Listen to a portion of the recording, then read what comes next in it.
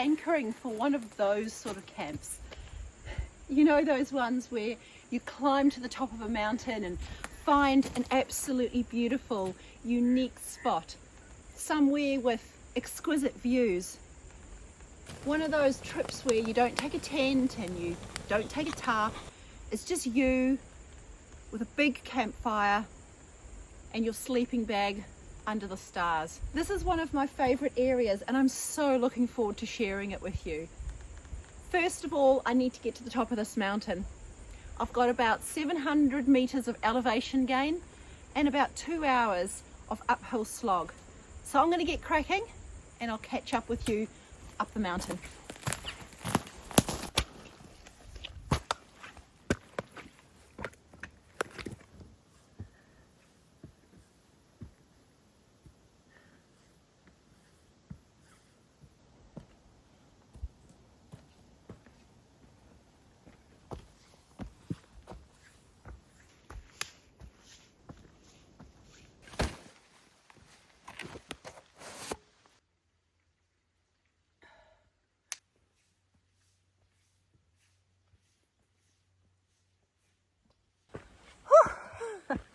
Over halfway.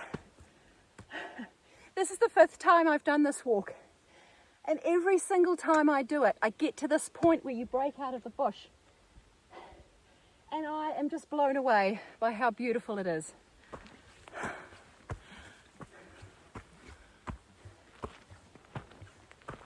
Being down in the valleys, down by the rivers, is wonderful. I love camping alongside a river. But there is really just something about getting up above the bushline.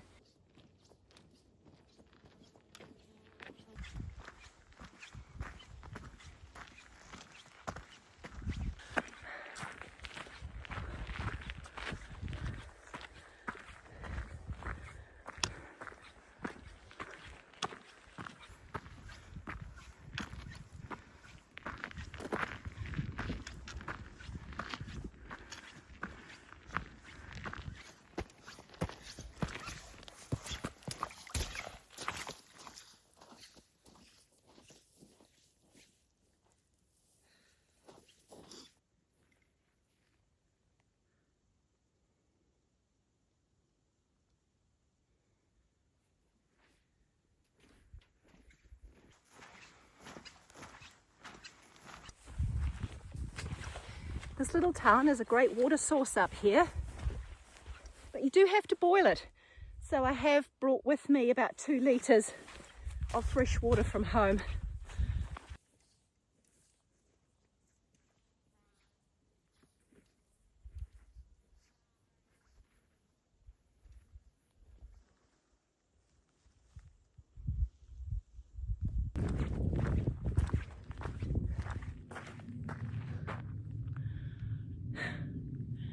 Don't you just love how dramatic it is? I haven't actually been up this high. The other times I've been here, I've camped down by those tarns. I'm breaking into new territory. There's a lot of good vegetation for starting a fire up there by the tarns, but if I want to keep a fire going, I'm going to need to be close to the bush to get some wood. So we're on the lookout now for a nice spot to camp.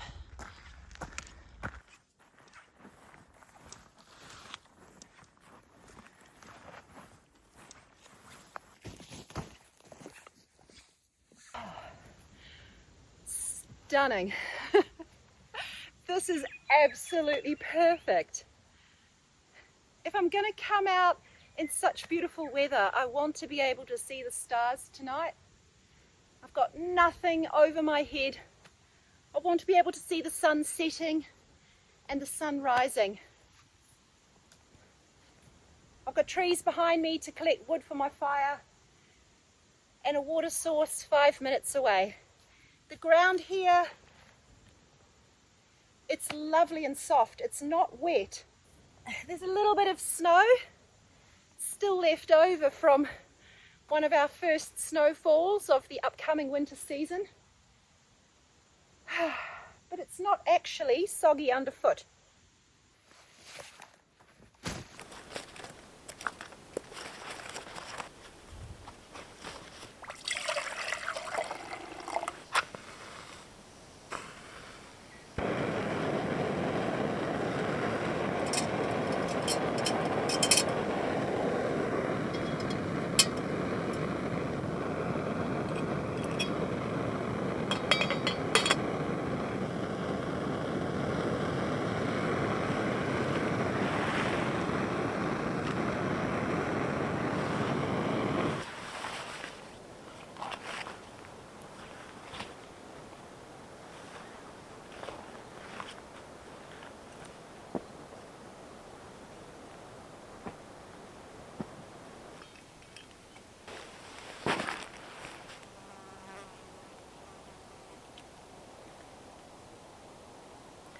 There's a little bird in the trees here. It's a South Island robin.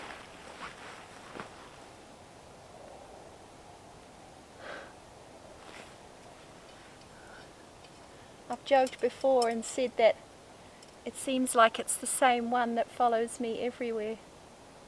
It's like my little guardian angel. There always seems to be a South Island robin hanging around my camp or following me when I'm walking, which is pretty special. They're a beautiful little native bird.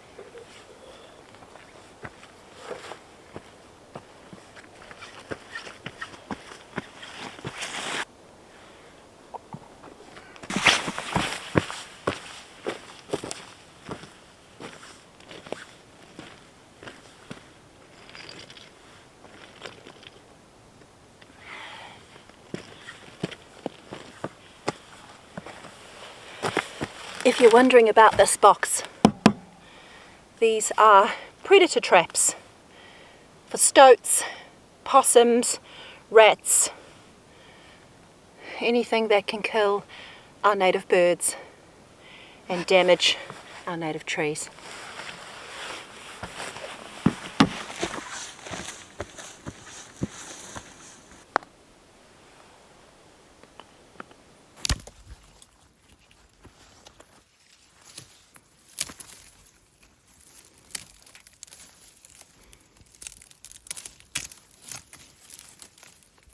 Dry firewood, what a treat.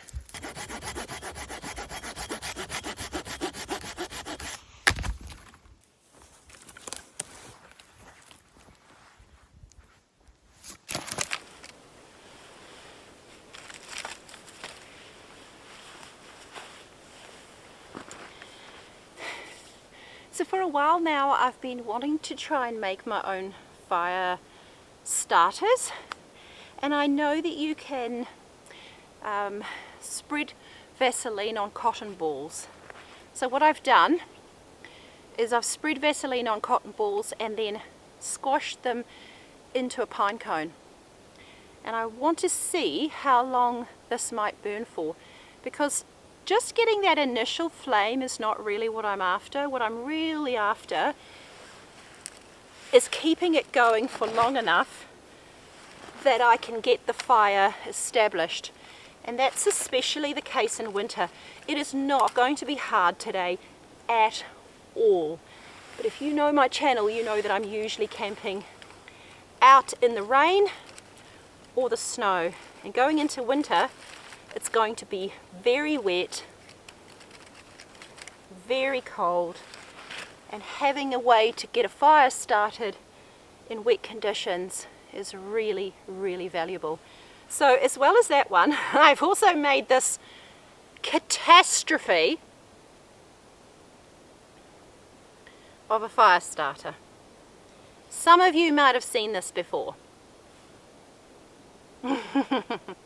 So it is going to be the battle of the fire starters to see which one goes for the longest, which one lights the quickest and then goes for the longest.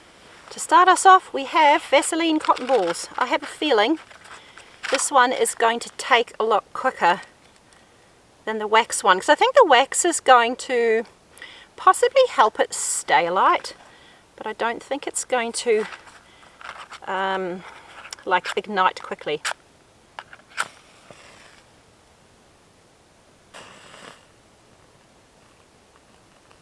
Woo!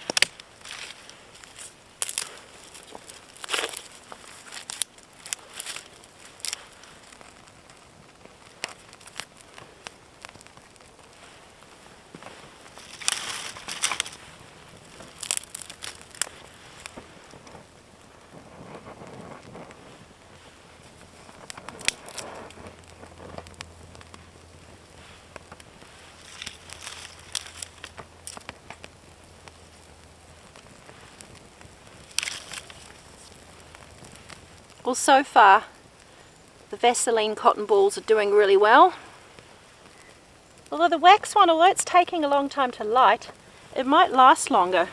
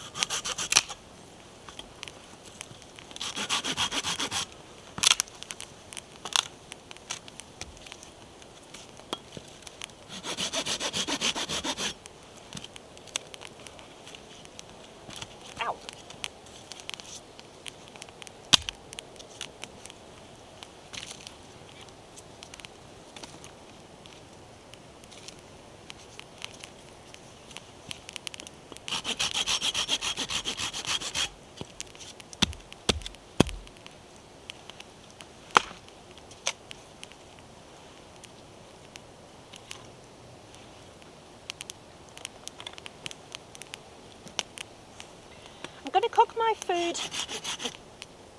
I'm going to cook my dinner over the fire. Well, in the coals anyway, so I want to put quite a bit of wood on, and then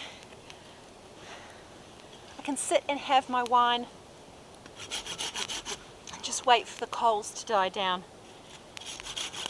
This is the really delicious part of a trip. When all the work is done. This might be your first time watching one of my videos, and this might not make a lot of sense to you, but if you've watched my channel for a while now, you'll understand. This is the easiest camp ever. I think I have taken for granted, like not realized quite how difficult camping in adverse conditions is. Because I mostly camp in heavy rain or snow, everything is harder. Like, I'm not joking. Everything. The filming, the walking, keeping your stuff dry, gathering firewood, chopping firewood. Everything takes longer and everything's harder. This is so easy. I've just turned up, made a cup of tea, laid my bed out, collected some firewood and lit a fire. There is something to be said for this fair weather camping. But don't you fear, I will be back out in the rain very soon. The truth is, there just hasn't been rain. So people say, is it always raining in New Zealand? And I know I've addressed this before, but it's not always raining in New Zealand. In fact, I have not been able to get out on a rainy camp because there hasn't been any rain. There has been rain on the west coast and up at the top of the South Island, but Both of those locations require me to drive for 3 to 5 hours, and with the cost of fuel at the moment, it's just not really doable. It also takes a lot of time. If you have to drive 5 hours and then do a camp and then drive five hours home, it's a lot of time. So around here, around Canterbury, in that sort of middle part of the South Island of New Zealand, we just haven't had a lot of rain recently. And there isn't all that much on the forecast either. I don't think we're going to get rain for another week, at least.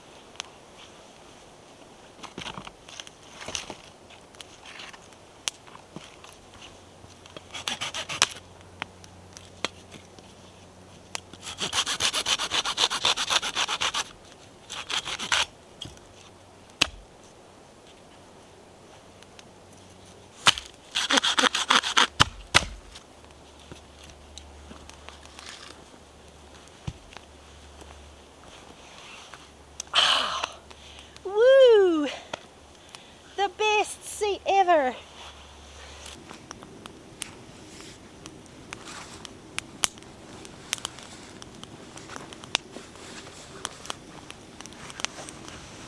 I've just gone and put my stuff in my backpack because the downside with not having a tarp or a tent is that everything gets quite dewy. So I think it's going to be quite a wet night. I can already feel the dew on all of my things. That's okay. It's fine if my pack gets dewy on the outside, as long as everything inside it stays dry. It'll dry off quickly in the morning.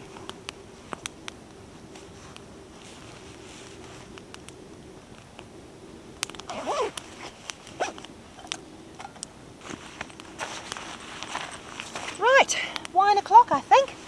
Let me go and get my wine.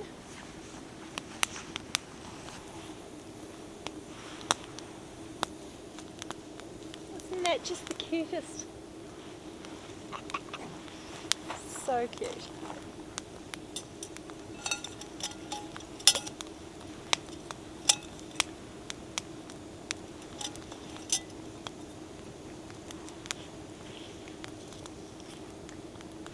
Just realised I've got this lovely kombucha with me, and I think I'm going to drink that first because I'm quite thirsty.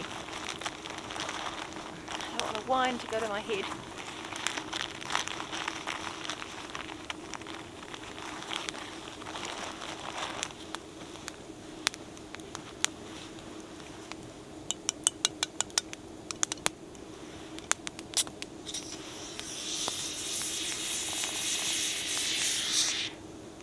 I tapped it.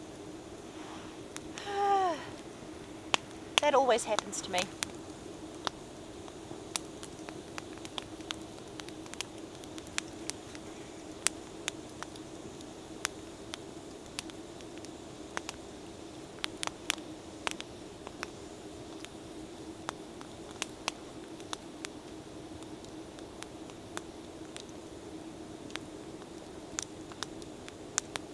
See lights down in the valley.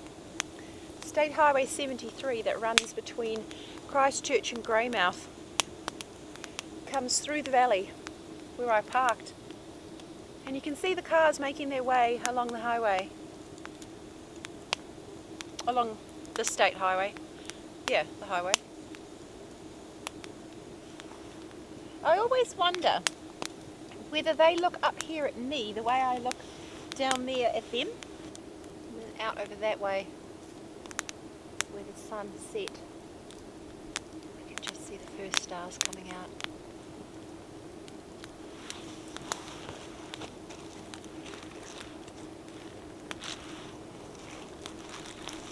Dinner tonight is fresh salmon,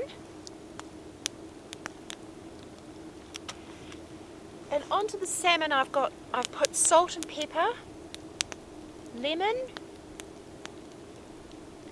coriander, parsley and capers. That is going to be amazing. And then I've got potatoes. chopped those up. There's olive oil, salt, pepper, and I think there's green beans in there as well. It's a little parcel of potatoes and green beans. And I've cut the potatoes up nice and small so that they cook quickly.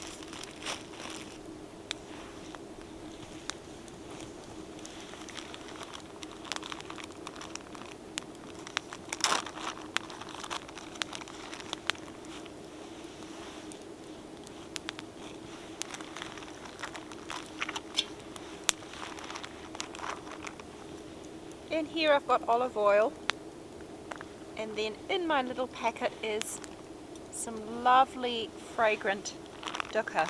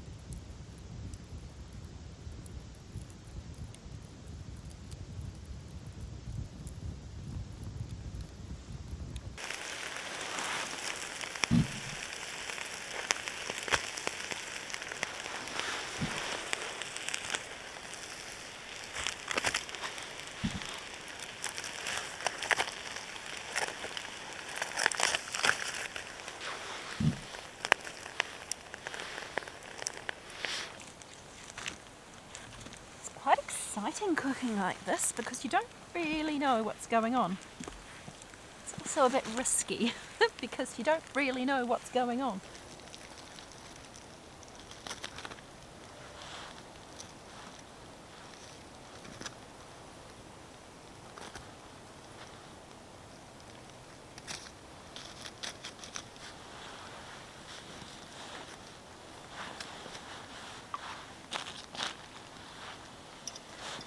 Oh, it's getting cold.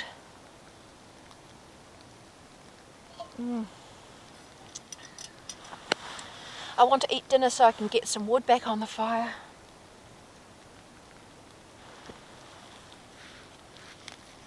I could probably have a look and see what the potatoes are doing.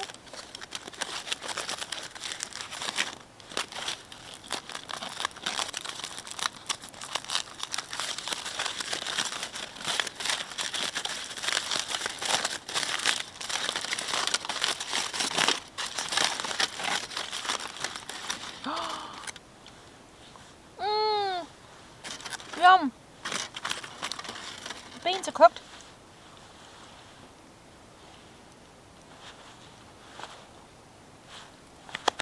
Beans are cooked, potatoes are cooked. I think the salmon will be cooked. Oh my gosh, that's amazing.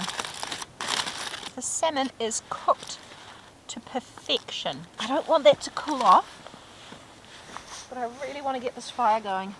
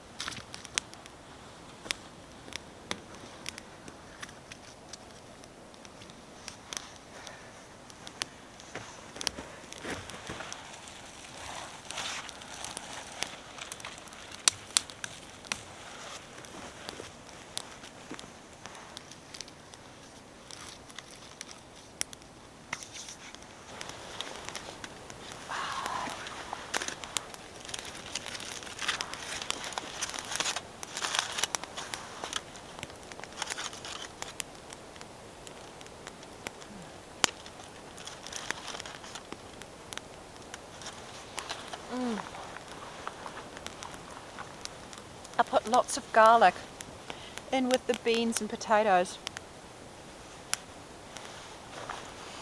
So good.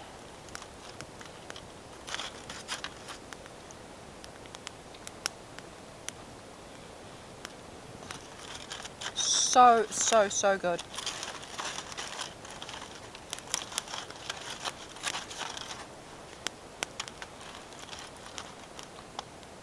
This is the easiest camp meal. You just have to be prepared beforehand. And I think because it cooks really quickly, what I did with the potatoes is I microwaved them so they were just slightly cooked, and then I chopped them up and put them in the tin foil, so it actually didn't take a long time to cook them on the fire. I was thinking about doing baked potatoes, like whole baked potatoes, but they take ages.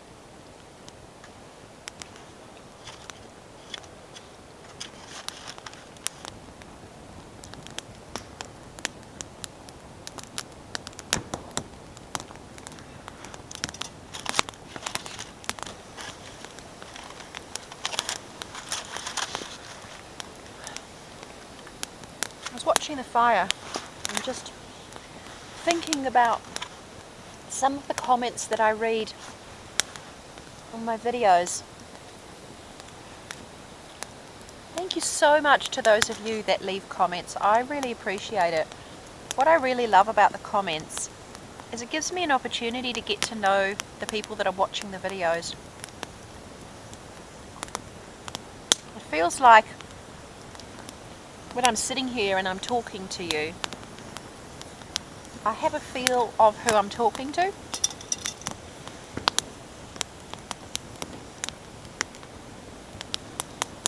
In the back of my mind, I'm thinking about all the people that I'm getting to know.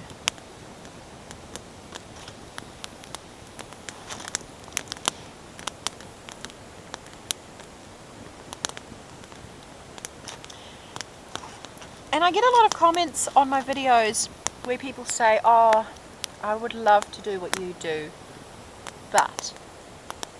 And sometimes people tell me what it is that's standing in their way from being able to get out and enjoy the outdoors in the way that they want to. I mean, not everybody wants to do things the way I do it.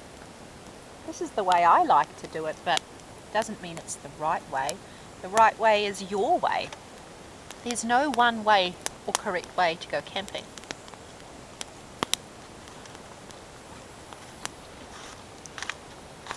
But if there's something that's getting in the way of you being able to do what you want to do, then that's a shame. It really is. So I would love to know, like, even if you've never commented before, I would love to know, what is it that stands in the way of you being able to go out into the outdoors and do what you want to do? So I'm not saying that you've got to go out camping solo, that you've got to go high into the mountains, that you've got to go camping in adverse conditions like I usually do. But if you are somebody who wants to be doing more in the outdoors but you're just not, maybe it's because you have anxiety around being out in the outdoors, maybe it's inexperience, maybe you're worried about getting lost, maybe you're worried about wild animals, maybe it's the fact that you don't want to go on your own and you don't have anyone else in your life that's into hiking or camping. I would really, really love to know what it is that's that barrier, the barrier to you being able to get out and do what you want to do.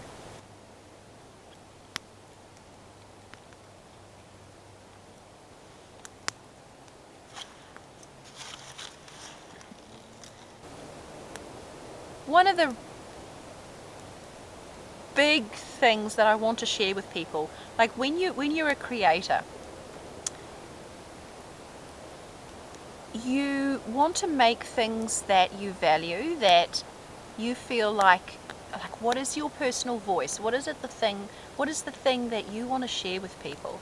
And what I want to share with people is that going out into the outdoors and having adventurous experiences, as hard as they are, is so beneficial for you. So beneficial. One of my big passions is adventure therapy. And in some of the countries that you guys come from, you might call it wilderness therapy, or maybe you've never heard of it before. But it's a practice of taking people on adventurous outdoor experiences and allowing them to learn from the challenges that they face, to learn about their inner strength, their resilience, their bravery,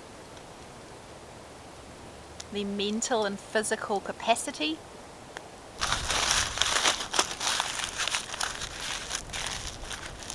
And there's a whole lot of experience that I've had from growing up and being in the outdoors that I would love to be able to share with people, along with my therapeutic skills. And so I've been thinking about putting together a series of educational videos, conversations around some of the topics that I think get in the way of people getting outdoors and leading the life that they want to live. But that's why I want to know from you. What are those things? Are they the things that I think they are? Or not?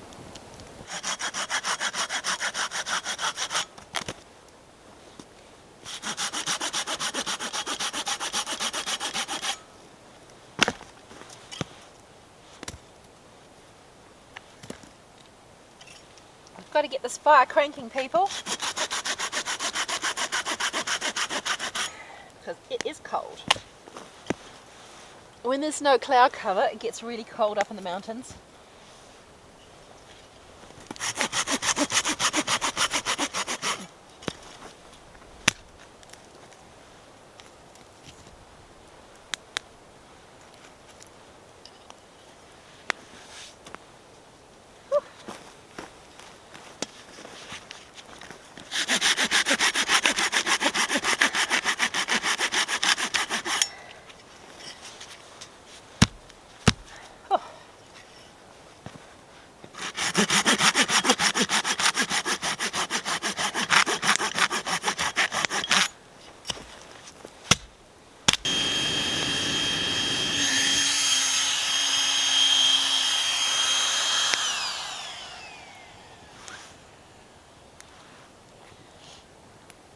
I honestly don't think I could go camping without one of these now. I use it to inflate my mat. I use it as a light. I use it to stoke the fire. I love things that have multiple uses. If you're going to carry a gadget into the outdoors, at least let it be a gadget that has multiple uses. The last thing you want to do is carry a whole bunch of useless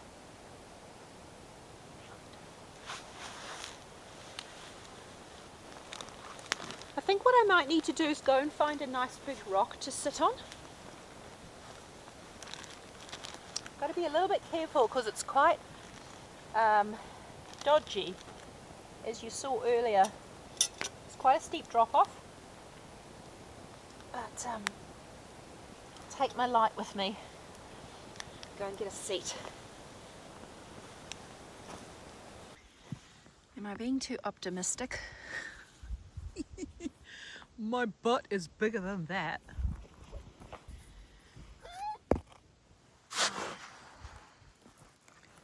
Right, back we go. So we don't have wild animals in New Zealand to worry about. I don't have to worry about a bear, a cougar, some kind of baboon or something, an aardvark. I don't have to worry about animals sneaking up on me, but we do have possums. Oh. So hopefully this spot is possum free. Oh.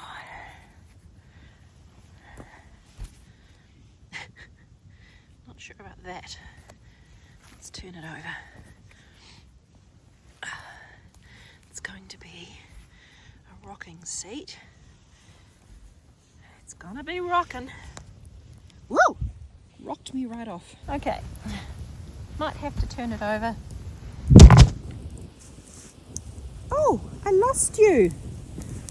I lost you.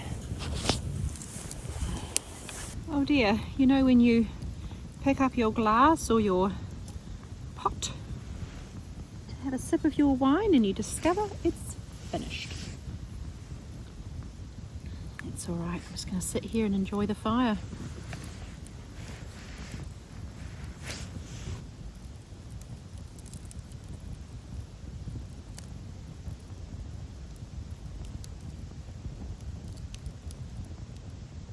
My bed is rather icy.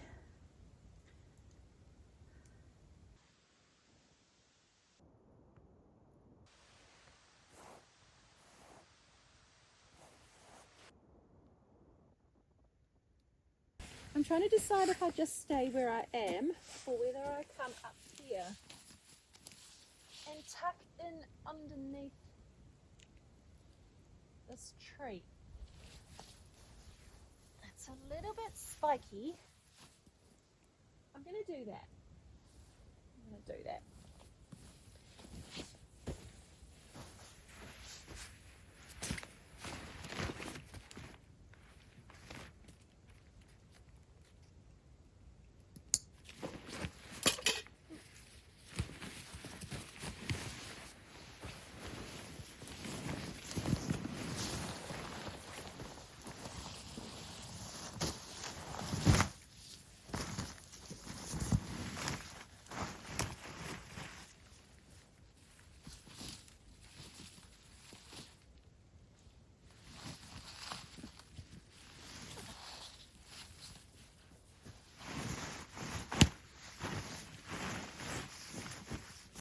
Right, got my long johns to put on, a nice clean dry top to put against my skin, which will help keep me warm, because when you've got a top that you've been sweating in, it's going to make you cold at night. And some nice woolen socks. I'm going to get those on and I'm going to hop into bed.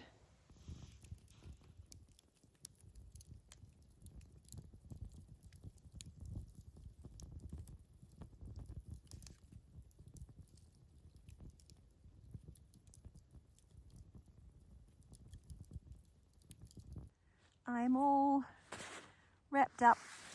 I'll try and show you. I'm in my sleeping bag liner, my beautiful puffy sleeping bag, and the waterproof bivy bag over the top, which is, excuse me, just as well, because I think we're going to have a very, very frosty night. I've kind of got some cover over the top of me. Just a few branches, but I think it's going to help, just so that the frost doesn't settle on me. Night, everybody. Good night.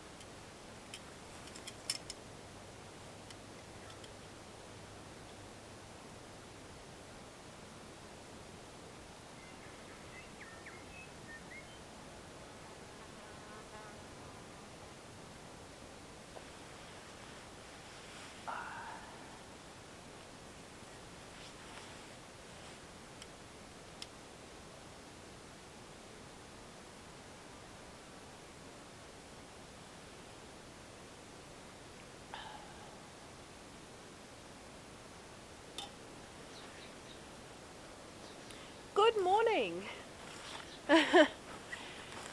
Isn't this spot just incredible? It's so lovely to wake up on a still sunny morning. Well, it's not sunny yet, but the sun is just about at the little tarns down there, so it won't be long.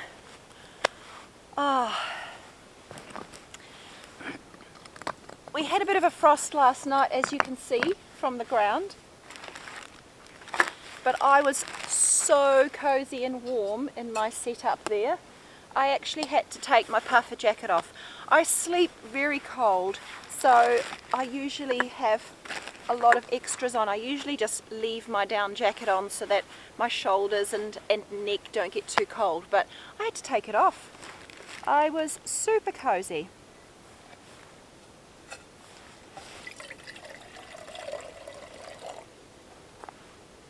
What did you guys think of my little coffee system? That is the Fire Maple Petrol. Petrol? I think it's called the Petrol. If I'm wrong, I'll put it up on the screen. It's actually super cute, that little, I don't know if it's got a special name, but like the water pourer. But yeah, I really enjoyed making my coffee this morning. The nice thing about having a fancy system for your coffee is that it just, the whole ceremony of it feels a lot more special. And then somehow the coffee itself tastes better.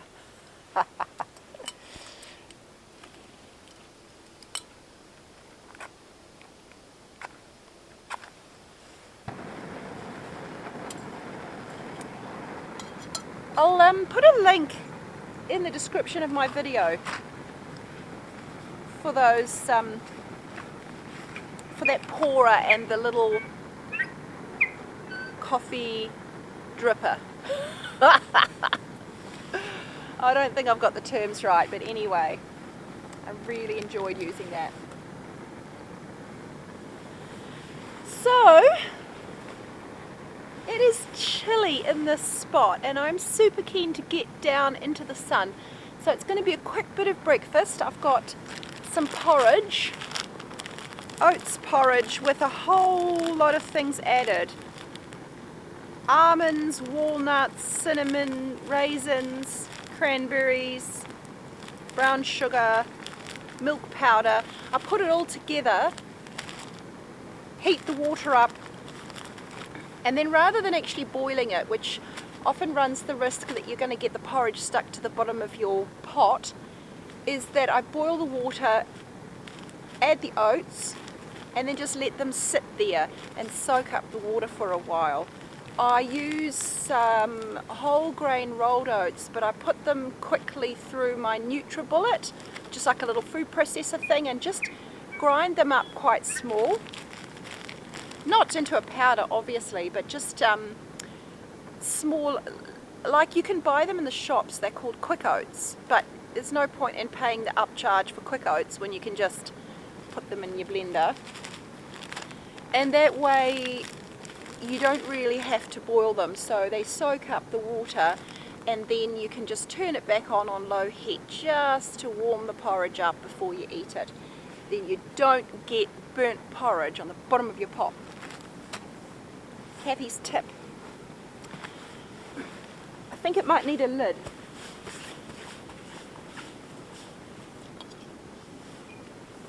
So while this boils, I'm actually going to start packing up.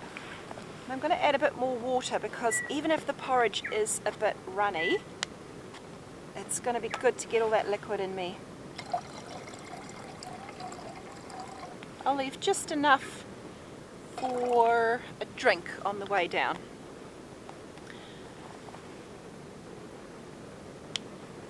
Yeah, I'm going to get my stuff packed up while I'm waiting, because as lovely as it is up here, it is very cold, and sitting around waiting for water to boil is not very smart when it's cold. So I'm going to keep myself busy, get everything packed up except for this, have some breakfast, and then get on the track.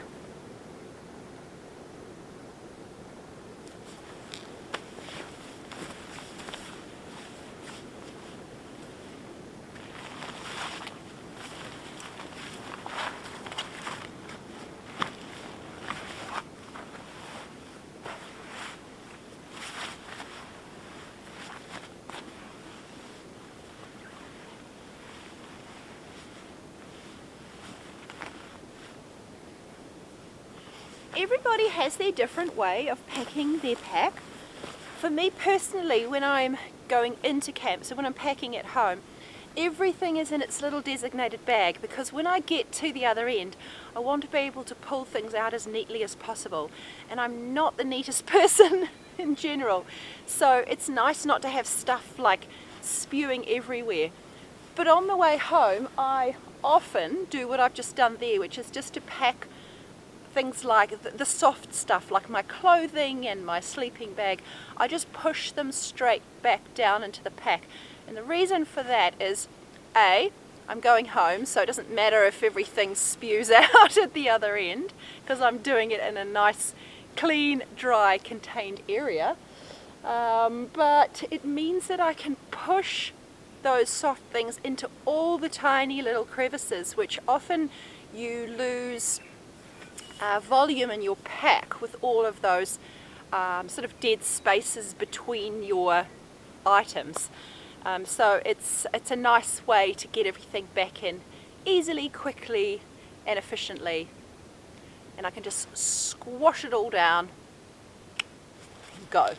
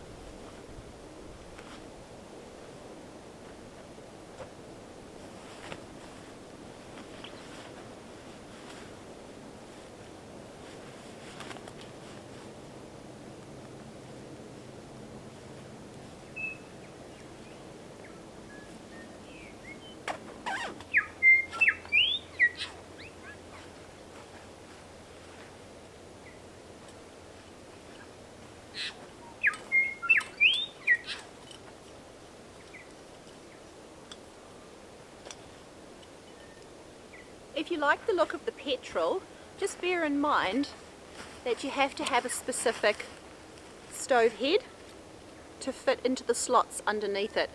It's one of the standard fire maple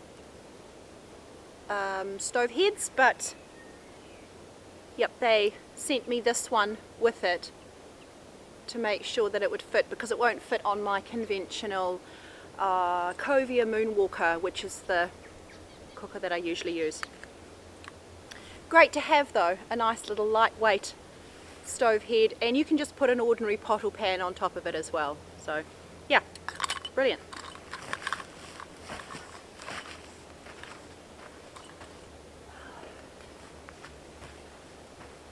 Well, apart from the camera, I'm all packed up, so I'm going to enjoy a bit of breakfast and then get on the track.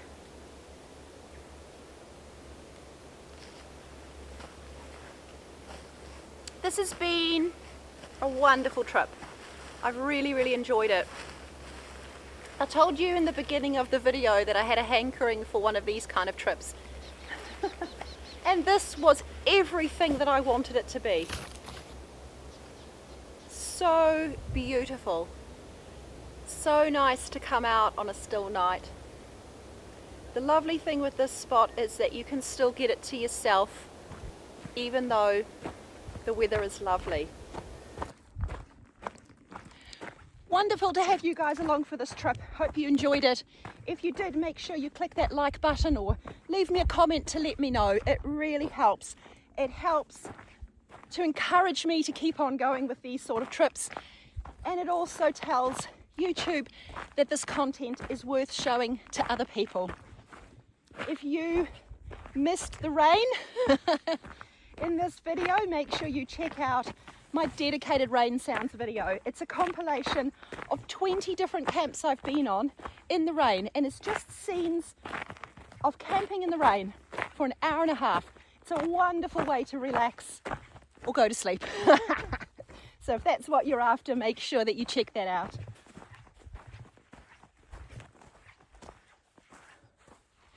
And this beautiful spot by the tarns with ice on them is a lovely place for me to say goodbye. Thank you so much to all of my supporters, my Buy Me a Coffee donors and members, my YouTube Super Thanks donors and my YouTube members. Thank you for following me on Instagram if you're interested. There's a link in the description, and there's also a link there for Buy Me a Coffee as well. Buy Me a Coffee is a wonderful way to say thanks by giving me or Andy a little treat, and the best thing about it is that almost all of that money comes to us. So thank you so much to those people who have generously given a little bit as a thank you. I really appreciate it. Okay, I will see you guys on the next trip, and hopefully Indy will be there too. Bye everyone.